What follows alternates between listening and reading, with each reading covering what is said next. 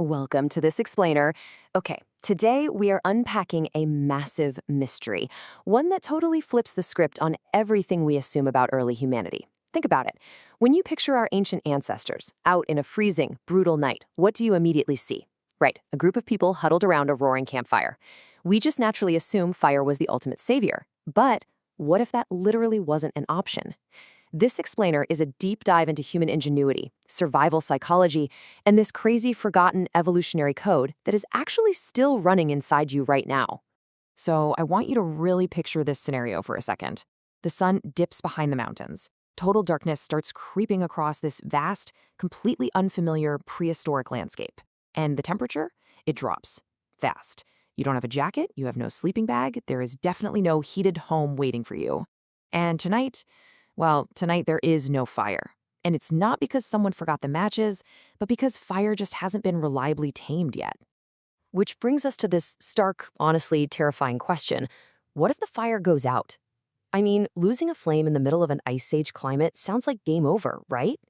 But for a massive chunk of human history, early humans relied completely on natural fires, like just hoping for a random lightning strike.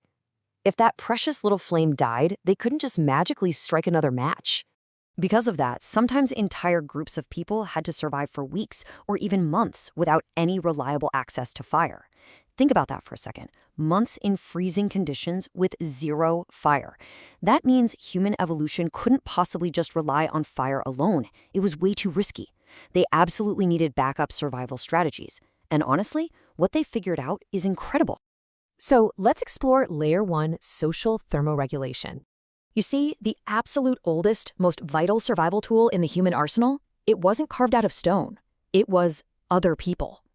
Anthropologists actually believe ancient families slept incredibly close together just to survive the nights. Everyone shared their warmth.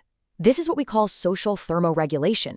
Basically, it's using the body heat of your community to drastically cut down on individual heat loss. One warm body literally acts as a heater for the person next to them. It's actually the exact same physiological hack that penguins use to survive those crazy Antarctic winters. And this points to a really core truth about human evolution. As the saying goes, sleeping alone wasn't just lonely, it was dangerous. Your tribe wasn't just there to protect you from wolves lurking in the dark. They were a literal physical shield against the cold itself. Your community was your thermal protection. Moving on to Layer 2. Reading the landscape.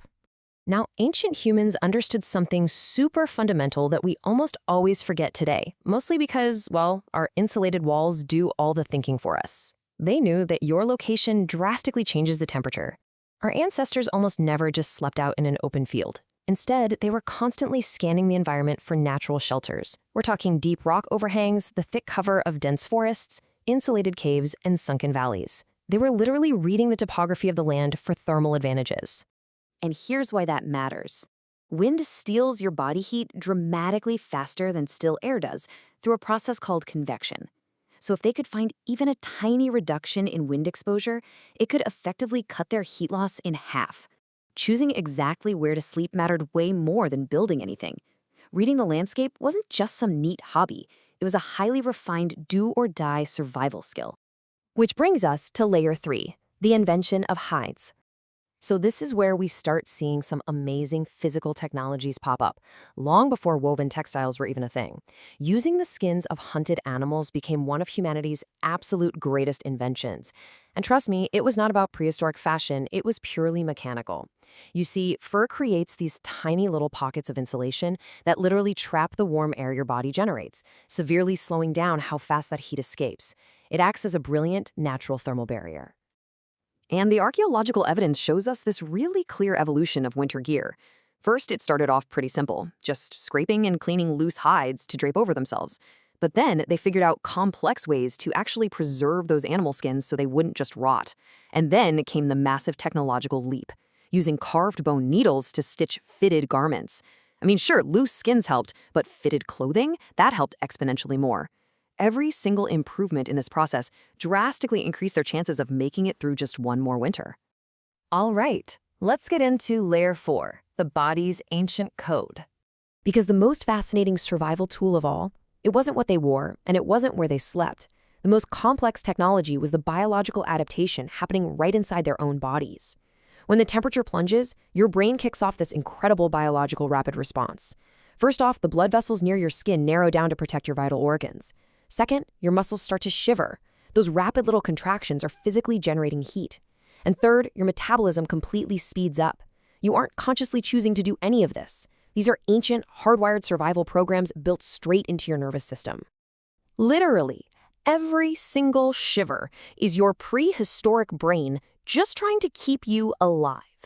When you step outside into the freezing cold today and your teeth start chattering, you are experiencing a direct, visceral link to your ancient ancestors. How amazing is that? And that leads us to the ultimate survival secret. As we've uncovered today, the biggest surprise here is that fire actually was not humanity's first or only defense against the cold. No single trick was enough on its own. It was this combined survival strategy that literally ensured our species didn't just die out. They stayed close for body heat, they strategically chose sheltered locations, they engineered animal hides, and they carefully conserved their energy. Every single strategy helped just a little bit, but when you combine them all, they completely changed history. The absolute greatest survival technology wasn't a spark or a flame, it was cooperation.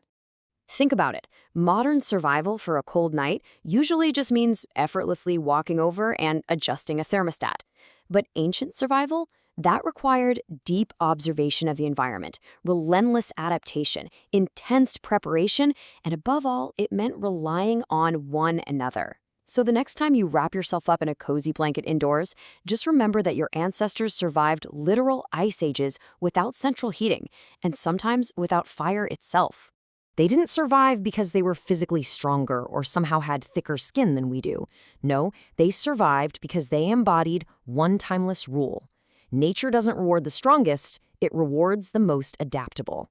That incredible multi-layered capacity to adapt to extreme adversity, that is exactly what shaped early humanity, and it's the exact same evolutionary code shaping your brain today. So I want to leave you with a quick question to test your own ancient instincts.